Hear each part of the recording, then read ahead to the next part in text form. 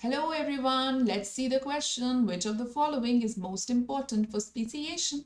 Seasonal isolation, reproductive isolation, behavioral isolation या tropical isolation? Okay तो यहाँ पे हमको ये देखना है कि इसमें से सबसे ज्यादा स्पीसिएशन के लिए कौन इंपॉर्टेंट है। सीजनल आइसोलेशन का मतलब ये होता है कि मान लो कि अगर मान लीजिए हम प्लांट्स की बात करते हैं, ठीक है, तो डिफरेंट सीजन में प्लांट्स फ्लावर हो रहे हैं, तो वो सीजनल आइसोलेशन हो गया। या फिर अगर एनिमल्स की बात करें तो डिफरेंट सीजन्स में अगर मीटिंग हो रही है, तो अगर अगर डिफरेंट सीजन्स में वो मच्योर हो रहे हैं, तो that means there will be a difficulty in meeting. So seasonal isolation उसको कहते हैं। रिप्रोडक्टिव आइसोलेशन सबसे बड़ा मेजर फैक्टर होता है, और ये जितने भी दे रखे हैं ना, सीजनल, बिहेवियरल, ट्रॉपिकल, ये सब इसके अंडर आते हैं। ठीक है, टेम्पोरल, स्पेशियल, ये सब कुछ।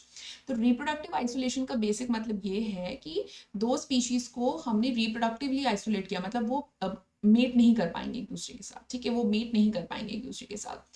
क्यों नहीं कर पाएंगे, तो उसके बहुत सारे रीजंस हो सकते हैं। Seasonal isolation, behavioural isolation, temporal isolation, spatial isolation, mechanical isolation.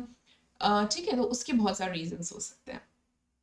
Behavioural isolation, अब जैसे बिहेवियर वाइज अगर डिफरेंट हैं, जैसे फॉर एग्जांपल अगर फ्रॉग्स में हम देखें तो अलग अलग मीटिंग कॉल्स होते हैं सबके, तो वो बिहेवियरल आइसोलेशन हो गया। ट्रॉपिकल आइसोलेशन मतलब जैसे ट्रॉपिक्स जो है, बीच का एरिया जो है हमारी अर्थ का, तो वहाँ पे कुछ स्पीशीज हैं, कोई पोल्स पे हैं, तो वो एक आइसोलेशन हो गया।